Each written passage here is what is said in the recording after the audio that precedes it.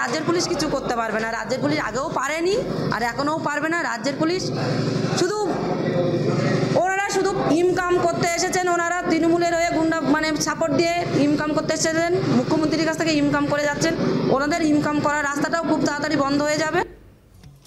রাজ্য পুলিশকে নিয়ে বিস্ফোরক মন্তব্য বসিরহাট লোকসভা কেন্দ্রের বিজেপি প্রার্থী রেখা পাত্রের।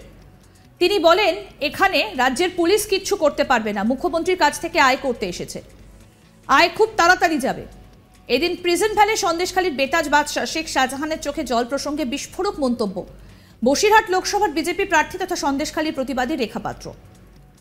বুধবার বসিরহাট লোকসভা কেন্দ্রে নির্বাচনী কার্যালয়ে এসে শেখ শাহজাহান প্রসঙ্গে তিনি বলেন, তৃণমূলের গুন্ডা বাহিনী এতদিন ওনাদের জন্য এলাকায় বহু মানুষের চোখের জল পড়েছে। ওনার পাপের ঘরা পূর্ণ হয়েছে, এখন স্ত্রী মেয়েকে দেখে চোখে জল পড়ছে, এখনো অনেক দিন ওনাকে কাটতে হবে। শুনবো কি বলছেন বিজেপি প্রার্থী রেখা পাত্র, শুনুন।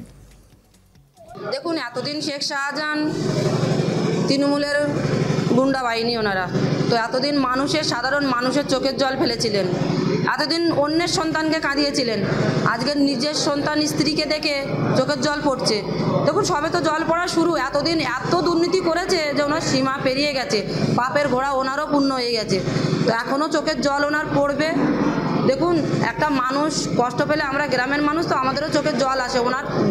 ওনার সন্তান ওনাকে বাবা বলে ডাকতে ওনার চোখের জল বেরোচ্ছে, সেখানে আমাদেরও বুকটা হাহাকার করছে যে এতদিন ধরে আমাদের বুকে যে কষ্টর আগুন জ্বালিয়ে দিয়েছিলেন, আমাদের সম্মান কেড়ে নিয়ে আমাদের প্রত্যেকটা মা বোনকে নির্যাতিত করে অসম্মান করে যে উনি যে এটা করেছিলেন, আজকের সেই ইস্যুতেই আমি বলবো, আজকের ওনার চোখের জল পড়েছে। উনি ওনার পাপের গোড়া বুঝতে পেরেছেন, আরও বুঝতে পারবেন। উনি এটা তো অবশ্যই বুঝতে পেরেছেন যে মানুষের ওপরে অত্যাচার করলে পাপ কখনো বাপকে ছাড়ে না, তো উনি সেটা হাড়ে হাড়ে টের পেয়ে যাচ্ছেন। আর যেটা বলবো, তৃণমূলের গুন্ডা বাহিনীরা আজ যে মানুষের ওপর অত্যাচার করে এসেছে, মানুষের সম্মান থেকে নিয়ে রাস্তাঘাট, জমি জায়গা, নূতন কিছু আর করতে পারবে বলে মনে হয় না। এখানে মোদিজির উন্নয়ন ছিল।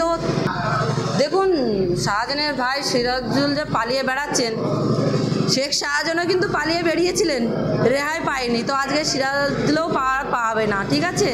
তো ওনারও এখনও পাপের ঘোড়া একটু হলেও পূর্ণ আছে। দেখুন, একটা পাগলা কুকুরকে ধরতে গেলে তাড়িয়ে তাড়িয়ে ধরতে হয়। আমি তো একটাই কথা বলবো, ওনারও পাপের ঘোড়া পূর্ণ হয়ে এসেছে, উনিও ধরা পড়বেন। আর তার জন্য আমাদের ইডি সিবিআইরা আছে, ওনারা অবশ্যই ধরবে। এখানে রাজ্যের পুলিশ কিছু করতে পারবে না। রাজ্যের পুলিশ আগেও পারেনি আর এখনও পারবে না। রাজ্যের পুলিশ ওনারা শুধু ইনকাম করতে এসেছেন। ওনারা তৃণমূলের হয়ে গুন্ডা সাপোর্ট দিয়ে ইনকাম করতে এসেছেন, মুখ্যমন্ত্রীর কাছ থেকে ইনকাম করে যাচ্ছেন। ওনাদের ইনকাম করার রাস্তাটাও খুব তাড়াতাড়ি বন্ধ হয়ে যাবে। আপনি সন্দেশখালীর বাসিন্দা দেখলাম আজকে নৌকা চালাচ্ছেন, আর কি জানেন আপনি? দেখুন, আমরা চাষের কাজের থেকে নিয়ে নৌকা চালানোর থেকে নিয়ে রান্নার থেকে নিয়ে ঝাঁটা ধরার থেকে নিয়ে সব কিছুই জানি। আমাদের অধরা কিছু নেই, আমরা গরিব মানুষ, আমাদের সব রকমভাবেই খেতে হয়। তো এর আগেও আমি অনেকবারই আমাদের সন্দেশখালীতে, আমার বাপের বাড়ির ওখানে, তখন আমার বিয়ে হয়নি, আমরা অনেকবারই নদীর ধারে ঘুরতে যেতাম। আমাদের গ্রাম প্রতিবেশী দাদাদের নৌকা আছে, ওনারা খ্যাত পারাপার করতেন, তো আমরা উঠতাম, আমরা সেখানে হাল ধরেছি। শুধু এই নৌকার হাল ধরা নয়, আমরা নদীতে দেখুন বেঞ্চ যে আমরা যে টেম্পু জালও টেনেছি। এইবারে বিজেপির হাল ধরতে কেমন লাগছে আপনার? দেখুন, ওর থেকে কঠিন কিছু মনে হচ্ছে না, এটা খুব স্বাভাবিক ব্যাপার বলে মনে হচ্ছে। রাজনীতিটা যতটা করা ভাবা হয় কিন্তু ততটা করা নয়, এটা মানুষের খুবই। আর ভারতীয় জনতা পার্টির লড়াই তো খুবই একেবারে নর্মালভাবে খুব শান্তিপূর্ণ লড়াই। আর তৃণমূলের লড়াই বলবেন তো সেটা দুষ্কৃতির।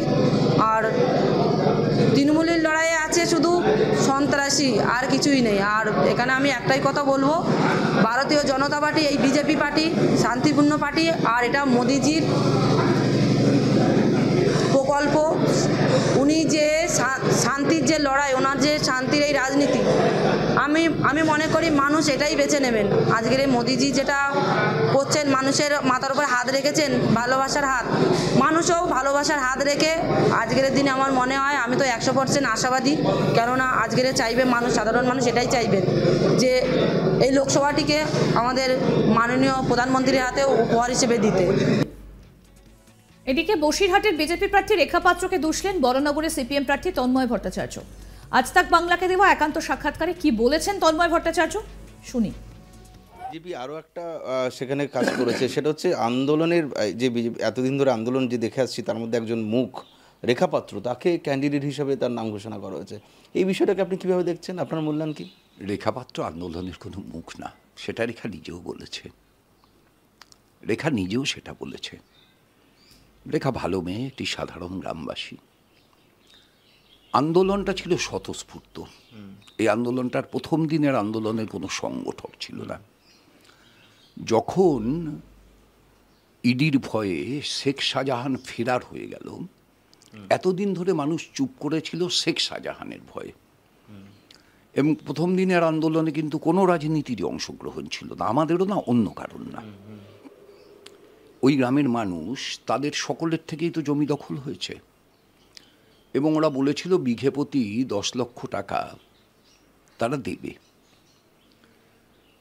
আর জোর করে চাষের জমিতে তো মাছের ভেরি বানিয়ে নিয়েছে, নোনা জল ঢুকিয়ে, সেসব আপনারা জানেন। এখন ওই গ্রামটার মানুষ, তারা থানায় গেছিল। প্রথম দিনের আন্দোলনটা কিন্তু ছিল থানায় যাওয়া। তারা থানায় গেছিল পুলিশের কাছে এই কথা বলতে যে এরা আমাদের যে 10 লাখ টাকা দেবে বলেছিল, সেই 10 লাখ টাকার ভিতর কেউ 2 লাখ টাকা পেয়েছে, কেউ 1.5 লাখ টাকা পেয়েছে, কেউ কিছুই পায়নি, এবং টাকা চাইতে গেলে তাদেরকে উপর অত্যাচার করা হচ্ছে। সুতরাং পুলিশ ব্যবস্থা নিক।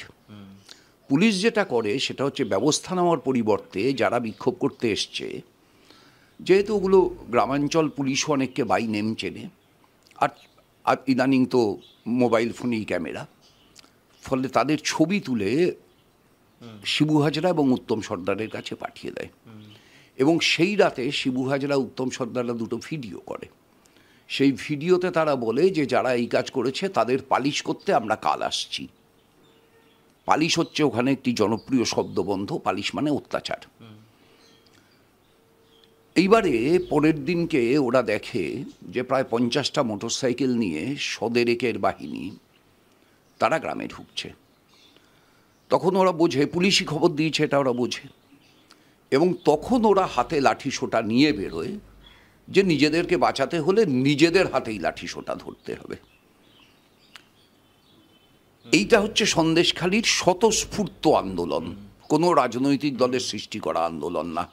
এবং আমি আপনাকে বলছি, ওই যে মানুষ, ওই মানুষের ভিতরে এমন বহু মানুষ ছিলেন যারা তৃণমূল কংগ্রেসকে ভোট দেন।